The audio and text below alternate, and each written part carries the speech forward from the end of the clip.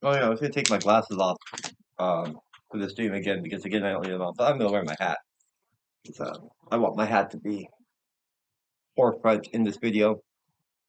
So my rolly chair. Okay, so this video is gonna cover topics I've covered in other videos, but only in parts and bits of the whole thing in other videos. So this whole video is gonna be about the Democrats and their founding to present day. I did a video on the big lie. Um, but this one, I just want to do a separate video just solely on them, because I even think I just brought the big lie in reference to another thing. I think it was about trying to find common ground. But the Democrats, most people don't seem to realize, uh, or think that it's changed somehow. And there's a few YouTubers I watch and I listen to, and I respect a lot of their opinions, but they tend to talk about the Democrats as if they are some type of fundamentally good party that's gone astray.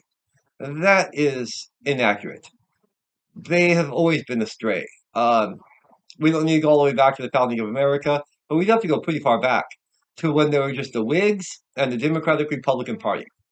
Um, and the Whigs had formed kind of after the Federalists died off, and then it was mainly just the Democratic Republican Party and Whigs. Um, but about I Andrew Jackson. Okay, I don't remember the year. I think I have a plate somewhere with where it would tell me his presidency. I think it was like I can't remember. Andrew Jackson, the hero of the War of 1812. I think it was. Uh, you can do great things, but it doesn't mean you're a great person. Um, but he formed the Democratic Party, what it was to become by giving land of the Native Americans to influential Democratic Republican people in that time who were down with creating a new party, but he needed support to do it. So he used the Indian land to pretty much make the Democratic Party, um, and it just never gets any better from that. And then shortly after that comes along the abolitionists, and I forgot the actual name. There was a term they used. They weren't the Whigs, but they were part. They were the Whigs, but they were like a subsection of the Whigs uh, that wanted to do away with slavery um, for whatever reason. Most accounts, it's because they felt that it was wrong, especially here in America, that a child of God should be treated so. And I have to agree with those motives. If they were otherwise, we can only speculate. And I hate to say the end justify the means, but we got rid of slavery, so I'd say in the rare instances this is the exception to the rule. That yeah, it was good. Um, Even if some of the people's motives may have been not so uh, altruistic as some people suggest Abraham Lincoln's motives to be. The fact remains that through his presidency and the founding of the Republican Party, um, we were finally able to start the path to ensure the rights of all men and women in this nation as being equal, no matter the skin color, religion, or race. Um, Now, you would think that the way that people talk about Democrats now is they must have changed. They must have gone through some transformation uh, and have absolved themselves of or asked forgiveness and been absolved of the sins of their past in the creation of the party. But it's really hard to find one. Let's get forward from Andrew Jackson to let's say Woodrow Wilson. Um, because the Klan had been started by the Democrats after the Republicans freed the slaves, and the KKK in response to white Republicans freeing slaves. They killed a lot of white senators and some black prominent figures in the community in areas in the South where there was still such an ingrained notion of slavery being an industry that it was a lot harder to dismantle than it was in the northern states, where even if it was a Democrat state that wanted slavery, there wasn't much slavery there as opposed to the South.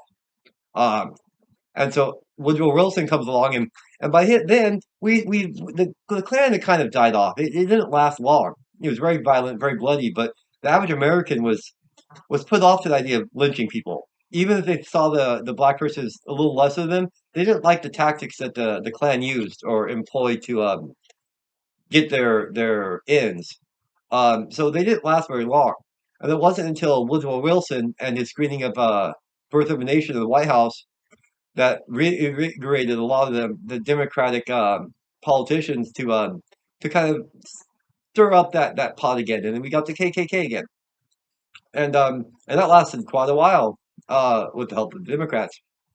And then you fast forward a few more years, and then you get FDR, another Democratic president, who um, who in turn Japanese in World War II, who was responsible for the Great New Deal, which created the welfare state, which predominantly affects minority communities more than anyone else. And that's by design. That's no accident that those Democratic run shitholes are overrun with welfare recipients, and the conditions of living there are just short of third world. But again, that's by design by the Democrats. And then you jump forward, let's say, to Kennedy. Now, I think that was when the party, or at least Kennedy, sought to try to fix the remnants, to kind of patch up the Democratic Party and kind of atone for some of the sins of its past. But again, the Democrats who have been in power since the foundation, well, not since the foundation, but the remnants of the people who were once in power and then their uh, cohorts that carried on in their name. Um, I don't think they can handle it. So I don't think we'll ever really know what happened. But I have a sneaky suspicion that there were some Democrats that didn't like his wanting to reform the Democratic Party to be a more modern party. Um, and then he was off. And guess what? His vice president who comes in then famously says, "I'll have those blankety blank blanks voting Democrat for the next." Now, it's either 50 or 100 years. I think it was 50 years, is what he said. It could have been long, it could have been more. Um, so you had the one factor that could have theoretically fixed the Democratic Party's soul, and the Democratic Party killed it off to put in someone who would carry on with the goals and agendas of the Democratic Party. So the people who, how long have I been going? 7 minutes. Okay, this is good. So those who tend to hold on to this idea that the Democratic Party was somehow once noble and a party for the people, in a way it was, but it wasn't for every people. It was only for the right people. Whereas Republicans have, kind of been for big business, but big business wants, but at least way back in the day, wanted less regulation, the rest taxes. Now these big corporations want regulation and taxes because they know it's a good way to stomp down independent businesses growing up from the ground. And again, a lot of that's Democratic policy. So I would like someone who's a Democrat to point out somewhere where in that timeline that the Republicans and Democrats switched. Because I've looked up and down the timeline and I can't see a point where they switched other than the fact that people say they switched. Um, and so the Democratic Party has always been and always will be a party of bigots, racists, and horrible, horrible, filthy fucking bastards. Whereas the Republican Party has some bad eggs. And they find in any group of anybody, you'll find bad eggs. But overall, the party's good. What it stands for is good. The reason it was started was amazing. And the people who carry on in this name tend to try to do it justice. And of course, no one's perfect. But you expect perfect. You expect something perfect in this world. Your optimism is blindingly, devastatingly naive. So yeah, fuck the Democrats. Fuck them all. Those fucking racist, bigoted cunts. The whole lot of them. Um, anyone at this time who still calls themselves a Democrat with the knowledge of what the Democratic Party is complicit in the horrors that they commit and will commit. Thank you. Goodbye.